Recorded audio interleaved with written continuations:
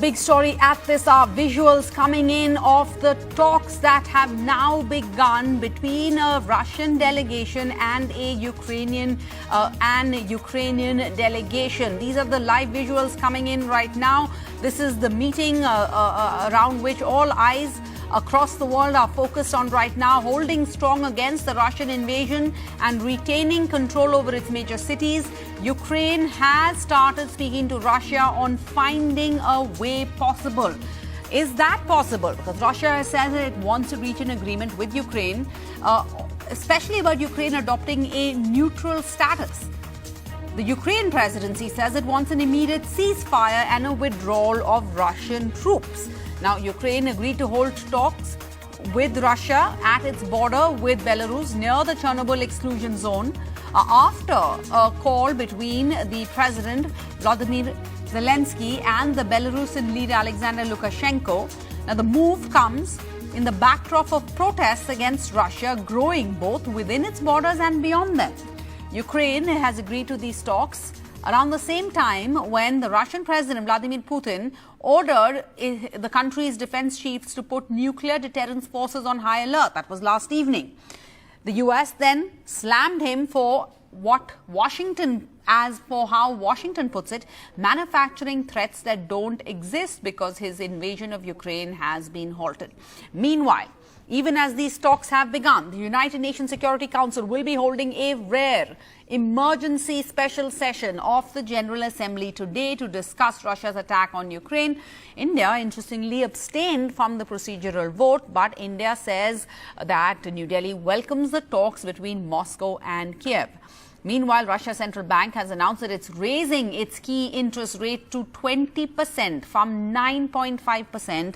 This is the West hit the country with sanctions over Moscow's invasion of Ukraine. The ruble has collapsed against the dollar and the euro on the Moscow Stock Exchange. Let's go across to Jyoti here. She joins us now. Jyoti, I want to first ask you for an update. I think you have Indian students with you, but before we get to that, because that, of course, is our big focus, I quickly just want to get an update from you about what you know about these talks that have begun between the Ukrainian delegation and the Russian delegation. Are there expectations from this meeting? I know it's not a really high-level meeting. It's not the president's, of course. It's the first step going forward. But what are the expectations, given both sides are coming to the table with strong demands and inflexible demands, it seems? Well, exactly. The expectations, as we know, President Zelensky said that he was going into this with low expectations. I think on the Russian side, they're coming in with the upper hand, coming in with the expectation that since they've already invaded Ukraine, and the only thing, of course, they haven't taken over the major cities, but we also know that at the moment they've only got their light artillery and machinery here. The heavy stuff isn't actually here yet into Kyiv and into the major cities.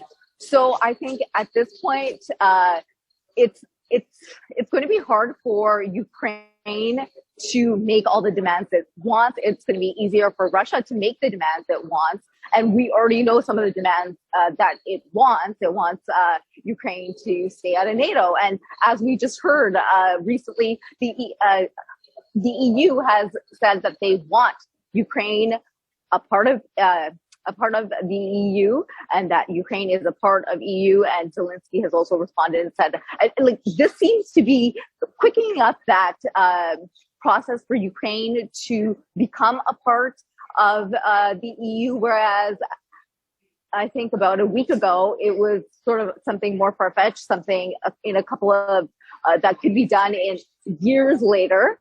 But now that sort of the pace in that has changed.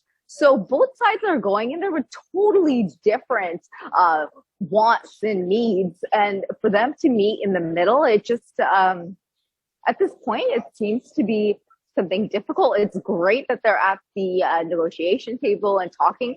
Great for the people of Ukraine. That's the most important thing right now. They're the ones that are suffering on the ground. But we know with all of the talks, the rhetoric in the past week, 2 weeks, even the past few months, it's really going to be hard for them to come to any kind of agreement. Can always hope, but even as you monitor that, Jyoti, on the ground, as you just touched upon this a little bit, is it's the people, as we put it in India, the Aam Aadmi, the regular folk who are struggling, who are facing hardships, and especially Indian students who are currently at border crossings near across the country, saying they're facing terrible conditions as it's snowing heavily, etc. What can you tell us about the condition of students? I think you have one with you, but what can you tell us about how these students are managing by themselves as preparations are underway, even by our government back home, to get them out? Yeah, the key right there is by themselves.